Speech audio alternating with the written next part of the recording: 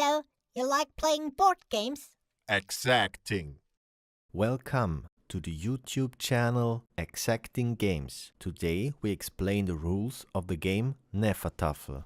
The game consists of 24 green tiles and 13 blue tiles. The board is 13 by 13 spaces big. It also includes an instruction sheet. The game was invented around the 10th century by the Nordic men, and many variants of the game exist. Hnefatafl, Fetlar Hnefatafl, Tablut or Tafel.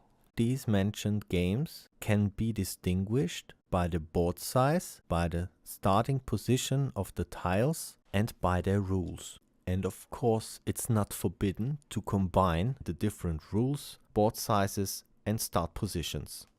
In this classic Hnefatafl game, there are 3 different tiles. At first we have the king.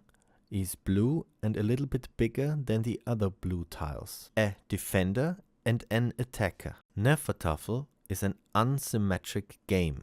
That means that both players start with different preconditions and goals. And that's why you play usually 2 games of Tafel.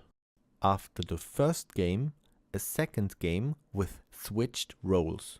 The goal of the defender is to move the king on one of the 4 corners on the board.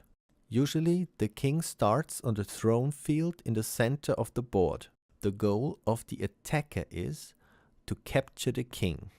A capture could look like this. You can capture the king also on the side with only 3 attackers. If there is a defender next to the king, you have to capture the defender as well, like that.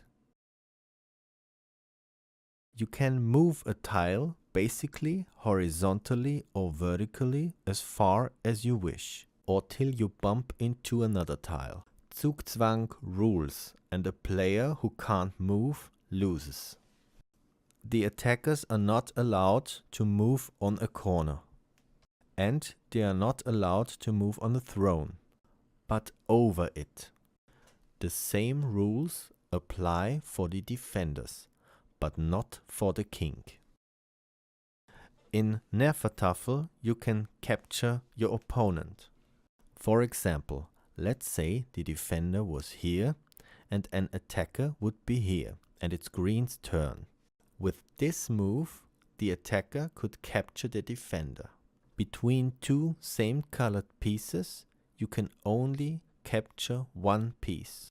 What also doesn't count is if there is a gap between same colored pieces and the other colored player moves into the gap. The defender has also the advantage that he can capture an opponent's piece with the throne. The throne counts as a piece of the defender. Did you know the king can also capture pieces?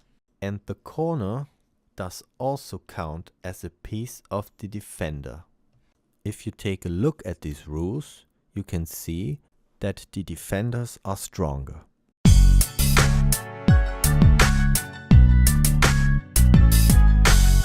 Exacting.